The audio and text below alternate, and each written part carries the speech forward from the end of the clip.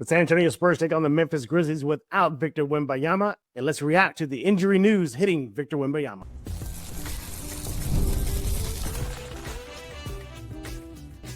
You are Locked On Spurs, your daily San Antonio Spurs podcast, part of the Locked On Podcast Network, your team every day. Hey, welcome back to Locked On Spurs, radio on the Locked On NBA Network. I'm your host, Jeff Garcia, Spurs writer for Ken's 5 San Antonio. Glad to have you all back. Hope you're having a great day. As always, we thank y'all for making Locked On Spurs your first and only spot for all things San Antonio Spurs. Find us on iTunes, Spotify, Ken's 5 Plus app, YouTube. You know what to do. Subscribe right now. Become an everydayer. And by the way, did you know the Locked On Sports Network, well, the podcast network is number one. Yeah, it's the number one sports podcast network. Congratulations, everybody. Keep it up. Couldn't do it without each and every one of y'all. What are we talking about today? We're going to look at tonight's game, Spurs-Memphis, without Victor Wembanyama. And then bring in kind of a roundtable mix. We're going to have guests Matt Guzman, my Locked On Spurs teammates, Casey Viera, Devin Brown. We're all going to react to the news that Victor Wembanyama will be out due to a left calf strain. More on that later. And real quick, we're going to have Matt Guzman first, and then it'll be Casey and Devin at the end. We had to kind of split up their chats due to some time constraints, but nevertheless, you'll get some pretty good thoughts and in-depth analysis about Victor's injury. Yes, and before we proceed, as y'all probably already heard, the Spurs announced that Victor Wembanyama will be out. We don't know how long, indefinitely, due to a left calf sprain, and MRI revealed. So yeah, life without Wemby begins today as the Spurs take on the Memphis Grizzlies. All right, so let's quickly preview tonight's game, Spurs-Grizzlies. The Spurs come into tonight's game 9-4, Grizzlies 4-10. Hopefully the Spurs can start a new winning streak without Victor Wembanyama. That'd be great. And now recall the Spurs are coming off a home win versus the Kings, 123-110. De'Aaron Fox led the way with 28 points, 11 assists, a season high so far in silver and black. Stephon Castle, who will not be playing tonight, he did score 4 points before exiting the game with a hip injury. Again, the Spurs just say he's out for tonight. Hopefully, he'll be back ASAP versus Atlanta later this week. Luke Kornet, who will likely be the starting center moving forward, he had 13 points and 11 rebounds, and Keldon Johnson finished with 14. Harrison Barnes recorded 20 points. And Vic did not play against the Kings because of that calf injury. So, yeah, what are we watching out for tonight in Spurs-Grizzlies? Spurs are actually on the opposite end of a losing skid to the Memphis Grizzlies. Did you know the Grizzlies have won 2 straight games against the Spurs? So, yeah, hopefully the Spurs can snap that streak. We're also looking at the Spurs not being that first team to snap the Grizzlies' road losing skid. The Grizzlies have lost 4 games straight on the road. You don't want the Spurs to be that team where the Grizzlies break that streak. So Spurs, they got a tough task ahead of them. No John Morant, so that's good.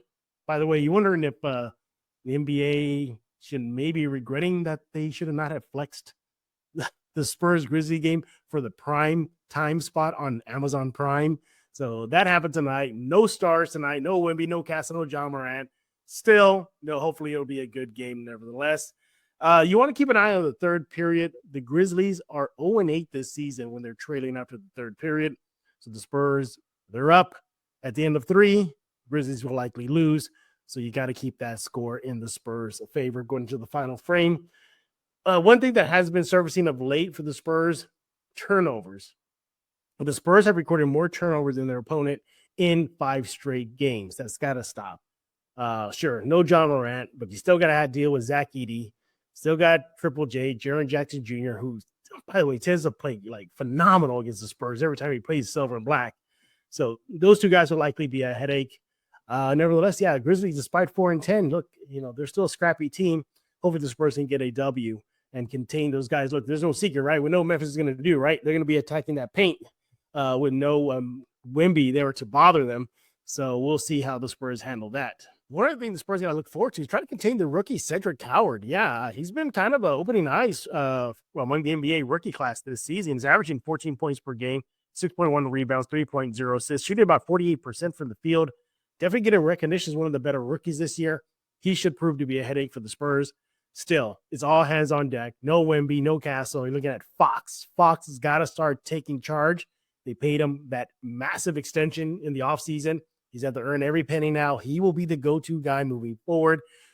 He should be able to handle that. He did it in Sacramento. Sure, he had other pieces, Domantas Sabonis, whatnot, and Malik Monk. But yeah, it's not like he doesn't have weapons right now on the side.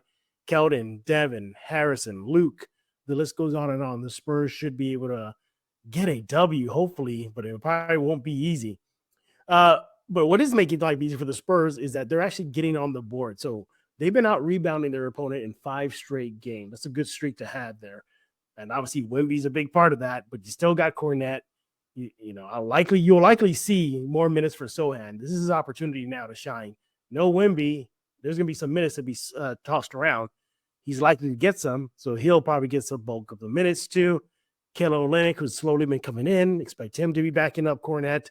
It's all hands on deck without Wemby moving forward, so keep that in mind. Now, for those that are on a uniform watch, the Spurs will be in their Icon Edition jerseys today, so basically the black jerseys. But should be a good game. Probably won't be easy breezy for the Spurs. It's going to be a tough fight. Memphis, despite their record, again, a very scrappy team. Jaren Jackson's going to be a problem. Zach Edey will probably be looking to exploit the paint with no Wemby there to bother him.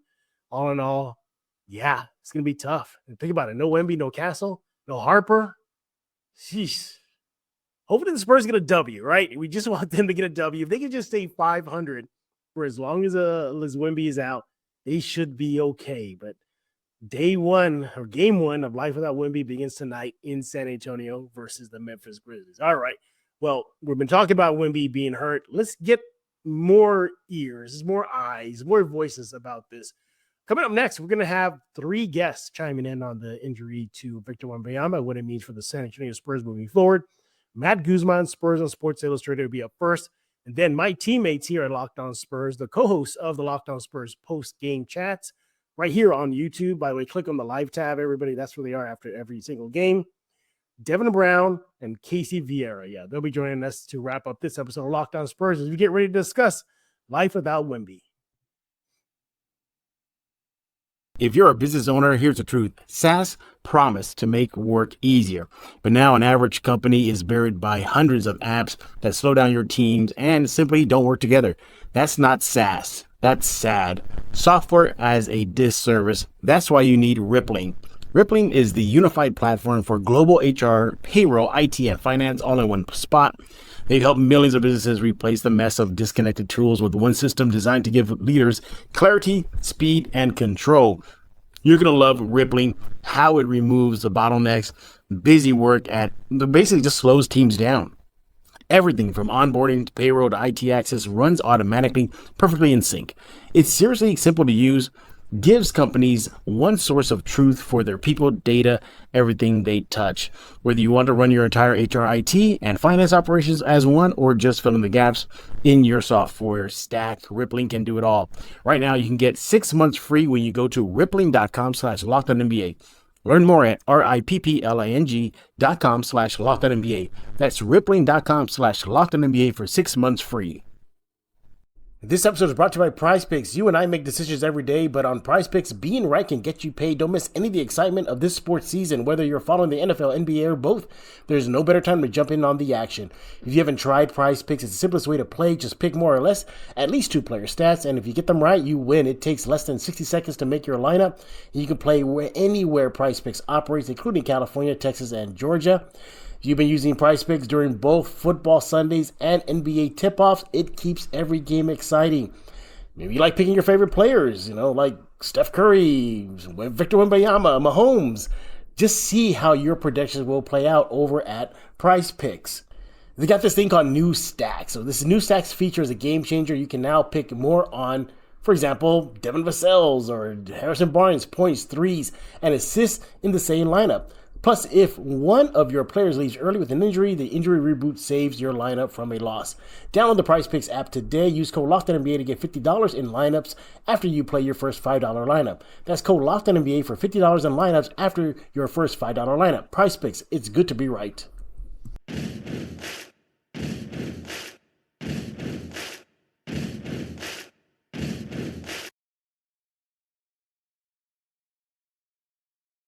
And returning back here on Locked On Spurs to react to the Victor Wembanyama injury news, Matt Guzman, Spurs on Sports Illustrated. And later on, we'll have the reaction from Devin Brown, former Spur, just a few seconds. But Matt, real quick, there were already signs coming up that Wemby was injured. He sat out of the game versus Sacramento. Mitch Johnson even said that he was unsure Wemby was going to be able to play in, I guess, tonight's game versus Memphis. Sure enough, he's not going to play. Calf injury. What was your reaction to this? Are you worried? Not particularly. I mean, obviously, you never like to see a player go down with injury or miss games for that matter. But, when it goes from left calf tightness to a calf strain, you almost think they might have said calf strain immediately had they had enough concern to do the testing right away. So the fact that they kind of let it be a game of just some calf tightness, we're just going to rest him is kind of the sentiment that it kind of appeared to be. Obviously, it seems like it's a little bit more serious. Maybe, he re-aggravated this issue or, the pain didn't subside the way that they thought maybe it would. So obviously, you never like to see players miss time, but not particularly concerned about this one. And I think obviously we know what the Spurs are like with injuries and how conservative they tend to be. And so when you're talking about your star, and obviously we've seen how calf injuries can snowball if they're not taken seriously. So I think it's more of a precautionary thing. They want to make sure that they're covering their bases and not giving it any chance to become something worse. Yeah, Dr. Ryan McCorkle, the doctor we go to here on Locked On Spurs, he discussed calf injuries for other Spurs players. And basically he said it depends on the grade. So we don't know what grade this is, grade 1, grade 2, grade 3. Spurs just sort of said left calf sprain after an MRI was done.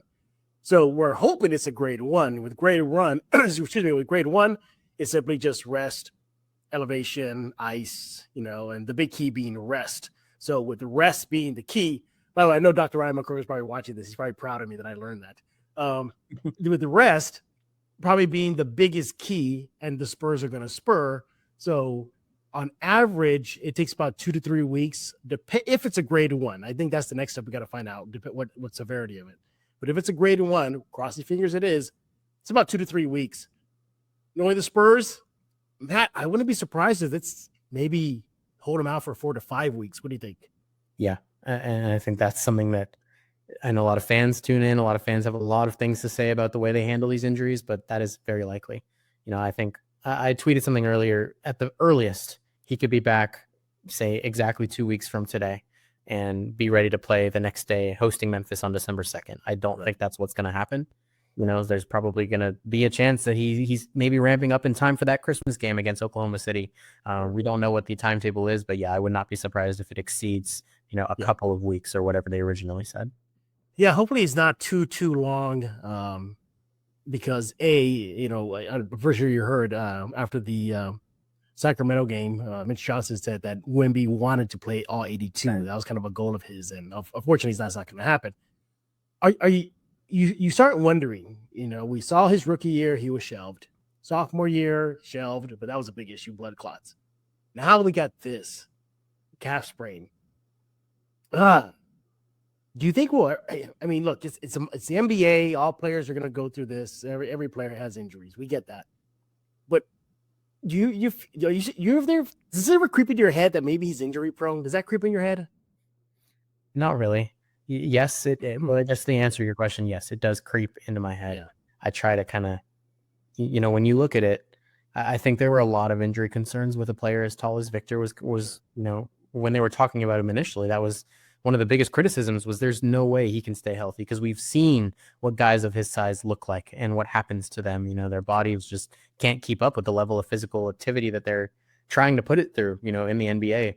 So that was always a concern with Victor. And I think after that first year, it was he kind of settled that narrative. Obviously they did shelve him, but they also shelved Jeremy, if I'm not mistaken. It was one of those seasons where it's clear we're not gonna do much this season. Let's rest him up. It is what it is. Let's finish out this year. Year 2 was a big freak issue, obviously, but I really don't think he's shown in the times that he has played. I mean, he's really out there playing like he's 6'4", 6'5", and I don't think it's taking a toll on him any more than it is any other player. I mean, he is a number one option in this league, and number one options are going to get the most wear and tear out of anybody else in the NBA. Yeah, exactly, and you got to figure out how physical players are. We saw Draymond Green just really body him and pushing and shoving, and Victor's not going to back down. He's going to try to be more forceful. And maybe during that exchange, again, they just said it was against the Warriors. Maybe that's where it happened. Again, we don't know. Even Mitch Johnson, I think he was like, I don't know what happened. He was just told he was going to be out, and that's it. But here's the thing with the Wemby, if they're gonna shelve him now. This is like kind of the comfortable part of their schedule. They don't really have a lot of big name games until maybe like next month. I believe it starts getting a little more hectic and a little bit more testing of them and testing their mettle. So shelve him now. Do you think the Spurs will be okay without him? How do you foresee life without Wemby in the next few weeks? I think it's going to be tough, and I don't think it's going to be to the level it was at the end of last season. We saw what happened, kind of derailed their entire trajectory. They didn't have enough players. Castle was a rookie. Chris Paul was older. They didn't have enough players to really pick up the slack and still make a run. This year is a different story, because by time Victor and the Spurs kind of threw the white flag in there, De'Aaron Fox had only played 5 games with Victor. And so, I think now that you have De'Aaron Fox now fully healthy back from his offseason hamstring injury, he's ready to lead this team. He said that many times. He's here to compliment Victor. And, both him and Mitch Johnson mentioned it after Sacramento. This team, this roster is built to withstand injuries, and they know that they have to be able to play if Victor can't make it to a game. Just like the beginning of the season, they had to be able to play without Fox. And then they had to learn to deal without Luke. They had to learn to deal without Jeremy and Dylan Harper. This team knows what that looks like, and I think they're more prepared than they ever have been to play a series of games without a star. And, Victor, as big of a piece as he is, he's just another player that they're going to have to learn to deal. And I think they're going to be okay and a lot better at doing that this season than any other. Yeah, if depth at the big man spot should not be a problem. You mentioned Luke Kornet, Kelly Olynyk. He's slowly coming back into rhythm and flow. And then, hey, look, if you got Bismack. I know that's not ideal, but Bismack is serviceable in certain situations. So they should be okay with the big men group that they have right now moving forward. Look, Luke Kornet, he was paid. Time to earn those bucks. He'll likely be the starting center moving forward. And you got to expect this, Matt. Get your thoughts on this. Teams are going to really attack the paint now, aren't they? That Wemby factor ain't going to be an issue now. They're going to be attacking Luke, Kelly, Sohan if he plays a 5. That they're going to attack that paint, aren't they? Absolutely. I think that we're going to see in an interesting way, we're going to see more of what Victor's impact is now that he's out, because all of a sudden you're going to have teams that are driving in and going for a layup. They're not running away from the layup. They're not stopping in transition to get a 3-point shot instead of a shot near the rim. And I do think they're going to want to go and attack the Spurs and hit them where they're weak, because obviously without Victor, Luke Kornet is great, but he's not Victor. He's not 7'4" moving like a point guard, and so I think you're going to see a lot of teams be able to exploit that. So the Spurs, it's definitely going to come down to how well they perform in the paint against the teams that they're facing without Victor. Because if they can really sell out and then put a lot of emphasis into, let's still be proficient on the boards. Let's still be able to defend the rim. If they're able to keep themselves at least in a manageable distance from teams in the paint, whether on offense or defense, they're going to have a lot more of a chance of winning games than if they were just to rely on elsewhere. They're definitely going to have to look to fill that gap. But it's going to be hard to make up the impact that Victor does on the court on both ends of the floor, offensively and defensively. The block shots, the intimidation factor, just scoring, just even the outside threat. He presents a lot of problems to opposing teams. So the Spurs have to do it by committee. And yeah, I think it's going to be now De'Aaron Fox, his time to shine, his time to step up, his time to, live up to that big extension that they paid him and lead this team moving forward until Vic gets back. One thing that De'Aaron Fox has been making very clear is that he knows that he's not the guy anymore. He was the guy maybe in Sacramento, but not here. But the good news is at least he had experience being that guy in Sacramento. Now he's going to be the guy for the Spurs in the interim until Victor gets back. I expect a lot more transition, a lot more, obviously, De'Aaron Fox with the ball. You're probably going to it's going to be all hands on deck. I think it's going to be all hands on deck until Victor gets back. I think the last thing this team needs, crossing fingers, that Steph Castle, he's back soon. He won't be playing against Memphis tonight. So there's that, but he's got to come back. You got to maybe suspect that maybe Dylan Harper could be coming back soon. What do you think? Yeah, I think so. I think that, obviously, as Mitch said, one player's availability isn't going to affect anyone else's. So they're not going to rush Dylan Harper back after this news. But, you like to think that he's a couple games in front of Victor. I think we're going on 2 weeks now that he's had his calf strain before Victor. So, he'll be 2 weeks ahead as far as returning. But to your point too, you're right. Guys like De'Aaron Fox, who was the guy in Sacramento, know what that's like to have to shoulder the burden and carry that load. Even Steph Castle last season, after Fox and Victor both went out, he was the main guy. He was the guy that was getting the most minutes, and he really solidified his Rookie of the Year case. Keldon Johnson knows what it looks like to be the guy before Victor showed up. And so I think, that's one of the things that the Spurs have been doing over the years is these players are getting older, they're having more experience, and they're no longer just this young team that doesn't know what to do. So I think they're going to be fine as far as adjusting. Yeah. Maybe they're going to lose a couple more games, sure, because they're a star, but they're not just going to keel over. And I think that's going to be imperative for them to remember and to lean on. Especially tonight's game too. I think it was Zach Edey and Triple J, Jaren Jackson Jr. They're likely trying to expose that paint for San Antonio without Victor. Matt, before we let you go, any final thoughts on your reaction to Wemby and his injury? I think that I'm not ready to say he's injury prone. This is a big issue. I think, like you said earlier, this is probably the best time for an injury like this to happen. He got his legs under him. He played the first 12 games of the season.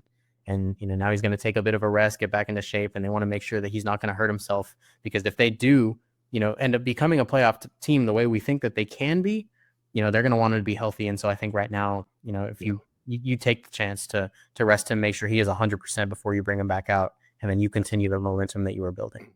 Good thing they got a good record too. They had a nice pad there to keep things in check until Vic comes back. All right, that was Matt Guzman. Make sure to follow him on X and Matt GZ. Man, he's with Spurs on Sports Illustrated.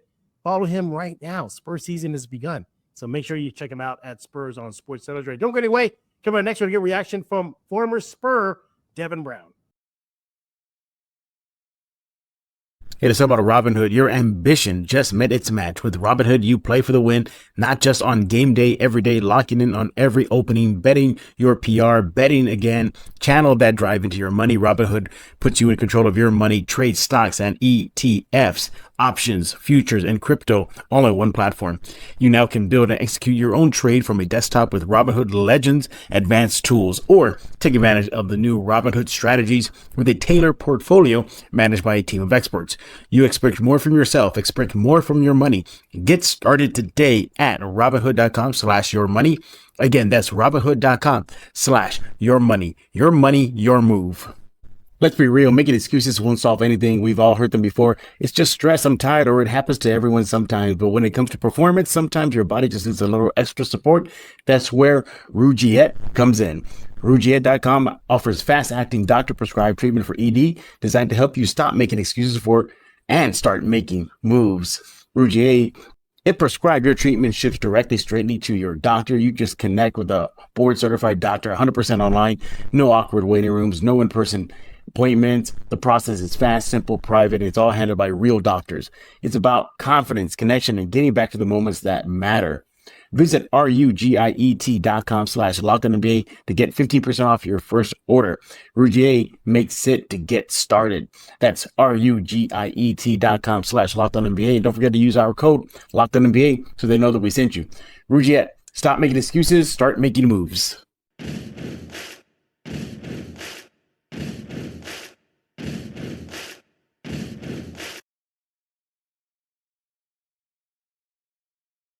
Okay, so I did say Devin Brown was going to join us, and he's here in the man in the middle. But look at bonus guest, Casey Viera, two of my Locked On Spurs teammates right here on Locked On Spurs to react to the injury news hitting Victor Wembanyama and the San Antonio Spurs. All right, let's get right to it, gentlemen. I'll start off with you, Casey. What do you think is kind of like the one or two big ripple effects with Wemby being out? I think the biggest ripple effect in my mind is that the focus now turns schematically. Everything is centric around De'Aaron Fox right now. I think everything from an X's and O's standpoint revolves around him. And that's of course, dramatic shift, because everything, as we know, revolves around the son that is Victor Wembanyama. And we're going to get a real good idea of what the Spurs have to see if that works in the short term around here. But we're also going to get a really good idea of how well he and Steph Castle fit together. because we don't really know. We had a glimpse last year. We've had glimpses this year. None of them have been particularly great returns, early returns that we've seen. So I think that for me is the big takeaway of what's next for this team, because you're essentially you're hoping for the best with what you have can fit around Fox as the main guy. And you know that okay, they went out and they got Fox from the jump because they had a level of confidence what they did have on the roster would be able to work with him. And I think it does, because I think the requisite of what it is to play with a guy like that now is you need a bunch of guys who are fast, athletic, can get up and down the floor, can get out on the break, aggressive dudes, and they have that. They have athletic guys. Is it sustainable for a long time? I don't know. I'm not totally confident about it, about them, staying in the conversation of a top 4 playoff spot in the West where they're right there competing. But is it enough to keep them in the float of that 5 through 8, 10 crown? I think absolutely. Yeah. Yeah, I think so too. Before I go to Devin real fast, I'm going to flash a picture on your screen right now. How much, well, let me rephrase this. Is this going to be this guy's biggest early test in his young coaching career? Mitch Johnson, is this it? Yeah. Is he facing it right now? Casey, what do you think? It is. It is. And here's why. Yeah, it is. And I think now the thing with him is that the reason that this is the biggest test is because there's the level of accountability that's there. Last year, he was playing with house money. He wasn't sure he was going to have a job at the end of the day. Yeah. There was no real expectation on him last year. There's expectation. And the expectation is that to win. Yeah. And we've seen it. We've seen it in the present. The fact that he has won in the immediacy to start this season. The expectation is there. So yeah, this is easily the biggest challenge that he's come across. And I think, that probably is not, we're not talking about that as much as we should on the Mitch front too, because this is going to be his opportunity to really make this work. And we're going to get an idea of how legitimate Mitch is here. Yeah. If he takes the next step, so to speak, I don't like speaking in cliches. I do it all the time. But if he's going to take the next step and become kind of the guy to separate his identity from Pop, this is how you do it. This is how you do it. You just need the opportunity, and he's being gifted that right now. And the good news is he has the weapons on his roster, even without Wemby for a while, to make that happen. The Spurs, NBA, it's all about positionless basketball. They got a lot of positionless players on the roster, and they should make a really good go of it. Devin, I'm going to turn to you now. You've been in this situation before as a young player, like the young Spurs right now, having life without Wemby. You have to deal sometimes with life without Tim Duncan. How do you think these young guys are going to adjust without having their star player as you did when you probably didn't have Timmy D on the court? Yeah, so here's the major thing about their Wemby. Shout out to Timmy D. Anyway, so to answer your question, we had vets in the locker room. When I'm talking about vets, we had, things like that. You just had to step up, next person up. You get a chance to get out there and play. Do your job is what was always said. Do your job. Hey, and if all of us come together, we'll be fine in the end. Now, here's the problem with a young squad like this. Who's going to be that guy? Is going to be a Kelly Olynyk, right? He comes from experience in the fact that he was on some of those Toronto teams. He played with a couple of other teams. He's played on some good teams. He's played on some, other teams, right? He's a veteran player. He's got this, streak going for however many games. Sure. He's going to be a big voice in the locker room. You got Keldon Johnson, all right? Brings it every night. What's he going to do in this little stretch? So I think the Spurs will hold serve, and we'll just have to go from there. Absolutely. Casey, I'll wrap up this episode of Locked On Spurs with you.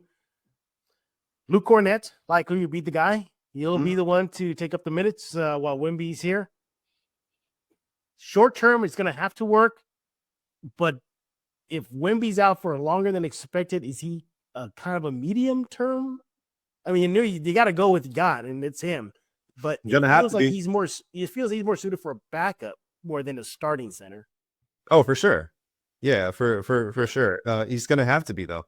He's gonna have to be. And the luxury that they do have right now with Kornet and Jeremy Sohan, Olynyk, they can go. And Devin was alluding to it, was that they can at least go on a matchup by matchup basis to not put it solely on one guy. An example like they would have to potentially with Kornet, they can mix it up. None of the options that they do have are particularly ones that you feel great about going the rest of the season. If God forbid, Wemby were to miss the remainder of the season. But it's enough, I feel like, to patchwork for a month to 6 weeks to get you by through the new year and keep you afloat. Because as long as you have someone who's there to hold it down, to be competent of that spot, and none of those guys you look and you see, man, this is like a glaring weakness that this is going to tear us down. Just be kind of the league average and not be overly detrimental, honestly, to that. I think you're okay, because the focal points that you do have, you're not void of talent with Fox and Castle. You have enough to keep you afloat. And if they can hit 500, say by Christmas, by the turn of the calendar, I think you take that if you're the Spurs. Yeah. I think you take that. Yeah. Yeah.